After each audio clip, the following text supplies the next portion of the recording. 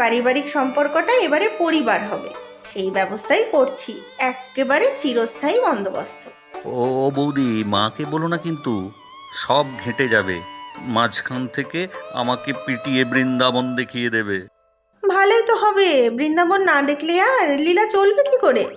তার রাধিকার আগমন কবে ঘটবে এই কুঞ্জবনে? আজকে আসবে বিকেলে। ও মা, কি সর্বনেশে ছেলে রে বাবা! তোর পেটে পেটে এত, একেবারে বাড়িতে রেখেছিস, আর এতক্ষণ কত নাটক আর নাটক! তুই চাকরির চেষ্টা ছেড়ে যাত্রা কোম্পানিতে যোগ দিচ্ছিস না কেন? সামলাতে পারবি তো?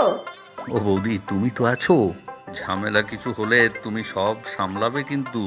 বেশ, তা নয় হবে, কিন্তু ঘুষ দিতে হবে। চাকরি পেলে সিনেমা দেখাতে হবে, তবে যাব শুধু আমি আর ইন্দিরা। ঘুরবো ফিরবো, পপকর্ন ফিশ ফ্রাই সব খাবো, কিন্তু খরচা তোর সব, ঠিক আছে? জো আজ্ঞা আঁকা, পকেট হবে ফাঁকা। ইন্দিরা আসবে আগে বলবি তো, কিছু খাবার দাবারের ব্যবস্থা তো করতে হবে। খাওয়ারও নিয়েই আসবে। ওমা, সে কি কি আনবে? ডৌয়া, ডৌয়া মাখা। কি বললি? ডৌয়া? হ্যাঁ তো, মা তো ডৌয়া মাখা খুব ভালো খায়, তুমিও মাখবে আর ইন্দুও নিয়ে আসবে। ওটা মায়ের পছন্দ হলেই ব্যাস, কেল্লা ফতে। ব্যাস, ইন্দিরাকে ছোট বৌমা করে এ বাড়িতে নিয়ে আসবে, কি তাই তো? কে বলেছে তোকে শুনি? হ্যাঁ, এটাই নিউটনের চতুর্থ সূত্র, দ্য গ্রেট ডৌয়া থিওরি। ও, নিউটন তোর কানে কানে বলে গিয়েছিল বুঝি? আর কিছু বলেনি? হ্যাঁ, বলেছে তো, এবারে রিয়া দেবীকে তুষ্ট করতে পারলেই সব সমস্যার সমাধান। এ একাই দায়িত্ব নিয়ে সামলে নেবে। ব্যাস ব্যাস, অনেক তোষামোদি হয়েছে, এবারে আমি যাই, সব ব্যবস্থা করি গিয়ে। বৌদি, ও বৌদি, কিরে ইন্দিরা, এসেছিস? কি বিপদ বলো তো, খুব শয়তান তোমার দেওরটা। ঠিক বলেছিস, সব সময় মাথার মধ্যে কিছু না কিছু দুষ্ট বুদ্ধি চলছে। তোরটা এনেছিস?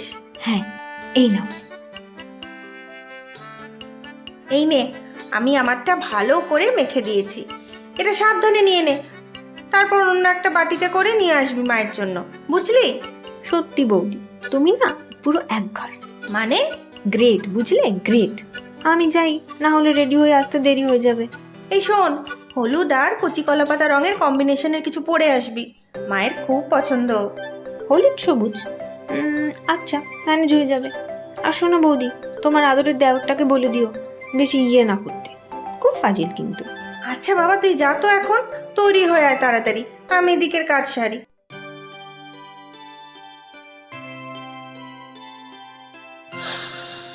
আহা, কি সুন্দর গন্ধ বার হচ্ছে।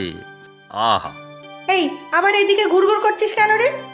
সিঙ্গাড়ার গন্ধ টেনে আনলো, পুরো দোকানের মতো। দাদাকে বলো চাকরি ছেড়ে সিঙ্গাড়ার ব্যবসা করতে।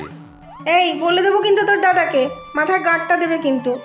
না না, থাক, বলতে হবে না, তুমি রান্না করে দেবে, আমি বাজারে গিয়ে সিঙ্গাড়া বিক্রি করব। চাকরি বাকরি করে আর কাজ নেই। আবার শুরু করেছিস? কান বলে দেবো কিন্তু এবার। ও বৌদি, আজকের পরীক্ষায় ইন্দুকে উতরে দিও কিন্তু। কালকে বাজার থেকে তোমাকে গরম জিলিপি খাওয়াবো। মোটেও নয়, কাল ভালো করে ইন্টারভিউ দিয়ে গরম গরম রসগোল্লা নিয়ে আসবি, বুঝলি? তথাস্তু, আপনার আজ্ঞা শিরোধার্য রিয়া দেবী। এই শোন, তুই খুব বক বক করছিস, মনের মধ্যে লাড্ডু ফুটছে নিশ্চয়ই। একটা কাজ করতো তাড়াতাড়ি। জো হুকুম আকা, কি কাজ বলো? এই যে তোর ডৌয়া, তাড়াতাড়ি মেখে ফেলতো। আমি মাখবো? দূর, আমি পারি নাকি? ঠিক পারবি, ওইসব নুন চিনি সব আছে, কথা না বলে মেখে ফেল তাড়াতাড়ি। ইস, মা খেতেই পারবে না। সেইটাই তো চাই বোকারাম। বুঝেছি। সত্যি বৌদি, তুমি চ্যাম্পিয়ন। ঋণ শোধ করার চেষ্টা করছি রে, বুঝলি? সেটা কি রকম? আমার আর তোর দাদার বিয়ের জন্য তুই তো কম করিসনি, বাবা মাকে রাজি করানো। তোর দাদা তো মুখ ফুটে কিছু বলতেই পারেনি। তাহলে বলছো এই লক্ষণই তোমাদের দুই রাম সীতার বিয়ে দিয়েছিল? ইস, কি বাজে হয়েছে খেতে। কতদিন পরে এলি রে মা, বাড়ির সবাই ভালো তো? হ্যাঁ, ভালো। আপনারাও তো অনেকদিন আসেননি আমাদের বাড়িতে। তা ঠিক, সময়ই আর হয়ে ওঠে না, ইচ্ছে তো করে। হ্যাঁ, আসা যাওয়া থাকা উচিত, তাই না বৌদি? হ্যাঁ, তা তো উচিতই। তবে অনেকের কত কাজ, পড়াশোনা,